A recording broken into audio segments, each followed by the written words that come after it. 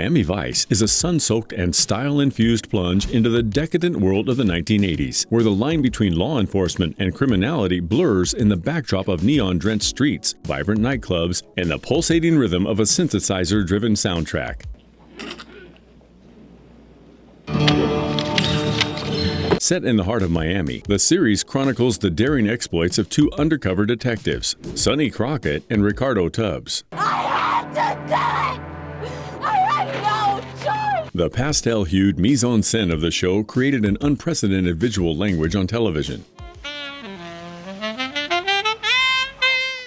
Cloaked in Armani suits, driving Ferraris, and living on speedboats, Crockett and Tubbs were not your typical cops. They were symbols of a glamorous, dangerous world.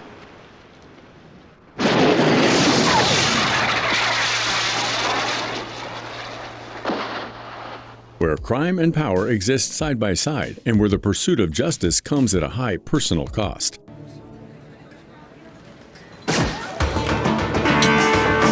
Miami Vice didn't just make waves, it revolutionized the cop show genre. This series single-handedly turned Miami into the criminal capital of the world. But it wasn't just a flashy style that made Miami Vice a cultural phenomenon. Don Johnson's portrayal of the suave Sonny Crockett was the highlight of the show.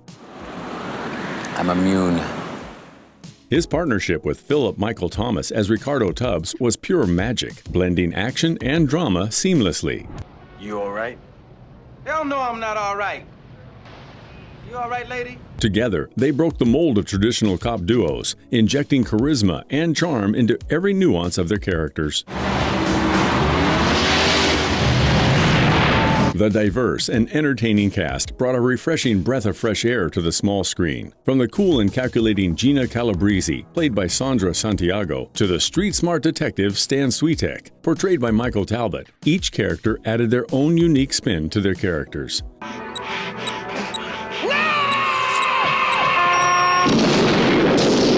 But how has the crime-fighting duo been holding up over the years? And is there a chance we can see Tubbs and Crockett go undercover again?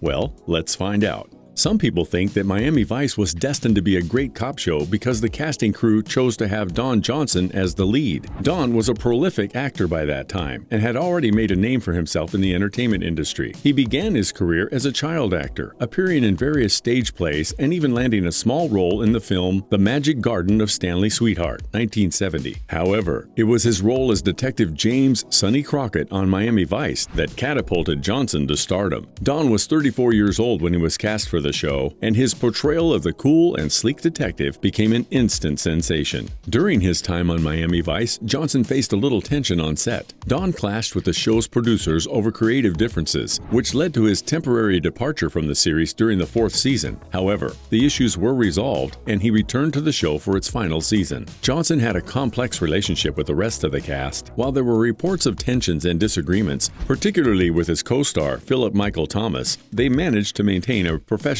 working relationship. After Miami Vice, Johnson pursued various projects to diversify his career. You said you wanted to get out of the biz.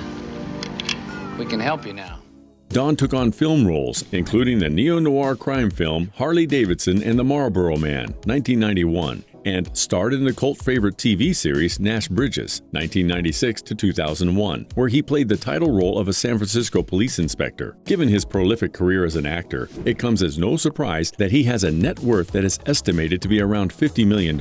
Beyond his acting career, Johnson had also received success as a musician. Johnson released several albums throughout the years, including his hit single Heartbeat, which reached the top of the Billboard Hot 100 chart in 1986. As far as his personal life is concerned, Don Johnson had a colorful romantic history. Don had been married 4 times and has a total of 5 children. Currently, at 73, Don Johnson is still active in the entertainment industry. Don has taken on roles in both film and television. You might have seen him on Django Unchained and Knives Out, proving once again he remains a force to be reckoned with even after his Miami Vice days. Unlike Don, his co-star Philip Michael Thomas was nowhere near as successful at the time. He had been steadily building his acting career through various stage productions and minor television appearances. When he was cast in the role of Detective Ricardo Tubbs, You killed my family, man.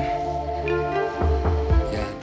Thomas was just 34 years old, and this was his claim to fame. Thomas became the sidekick and partner that would serve to be the voice of reason in the show. While Philip did have his grievances with Don Johnson, the former was professional about it, and they worked together seamlessly to create the chemistry that made the show so successful. After Miami Vice concluded in 1989, he took on a variety of projects. Philip continued acting in both film and television, including appearances in TV shows like Nash Bridges and films like Fate. However, he also explored other artistic ventures, such as music and writing, and is estimated to have a net worth of around $2.5 million.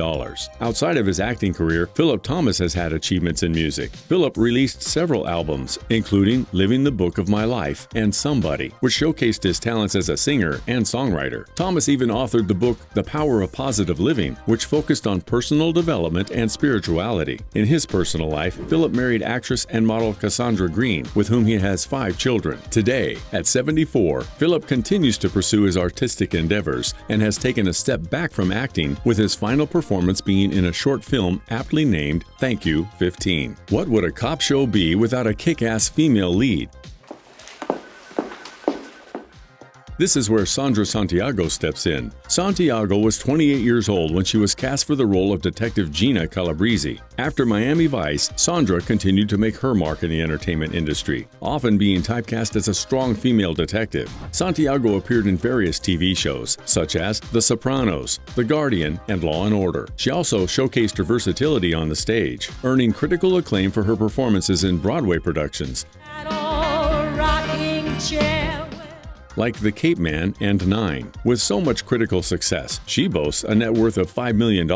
Outside of her acting career, Sandra has achieved notable accomplishments. Santiago is a talented singer and dancer, which she showcased in the Broadway musical productions she was part of. Her dedication to the arts and her commitment to her craft have earned her respect and admiration from both peers and fans. In terms of her personal life, Sandra has kept details relatively private. However, it is known that Santiago was married to actor Roger Squatero for some time. As for what Sandra Santiago is up to today, at 66, she continues to pursue her acting career, appearing on both the big and small screen. You might have seen her on Madam Secretary, Hightown, and Rare Objects. Unlike everyone else on the cast, Michael Talbot was the one person that grew up with a passion for acting and pursued his dreams by attending the University of Iowa, where he studied theater. After graduating, Talbot made his way to none other than New York City, where he honed his craft in stage productions. In 1984, at the age of 29, Michael was cast as Stan Switek on Miami Vice, a role that would go on to define his career. As Switek, Talbot brought a mix of humor and street smarts to the show and was often portrayed as the quirky comic relief character. After Miami Vice ended in 1989, Michael continued to pursue acting opportunities. Where is he? What? Who? I don't know. Talbot appeared in various TV shows and films, including The Man Who Fell to Earth and Love and Sex. He also made guest appearances on popular series such as Law & Order and Walker, Texas Ranger. And much like Sandra, he too is valued around $5 million. Outside of his acting career, Michael Talbot has had notable achievements. He has been an advocate for animal rights and has supported organizations like PETA. His dedication to the cause showcases his compassion beyond just the realm of acting. In terms of his personal life, Michael Talbot has preferred to keep it private. Talbot has become quite the recluse and seldom appears on television anymore, with his last performance being in a 2014 short film titled Sal and the Goon. But who knows, maybe we might get to see the charismatic detective sometime in the future. Thanks a lot.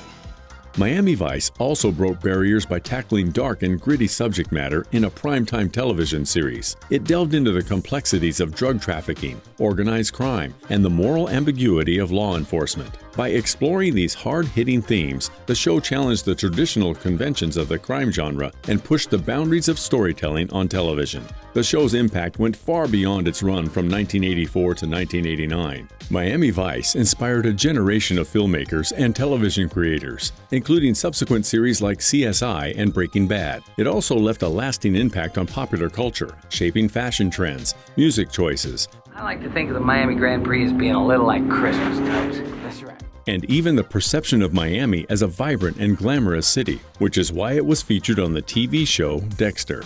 Miami Vice received critical acclaim and numerous accolades. including Golden Globe Awards and Primetime Emmy Awards. It solidified its place in television history as a trailblazer that pushed the boundaries of what was possible on the small screen.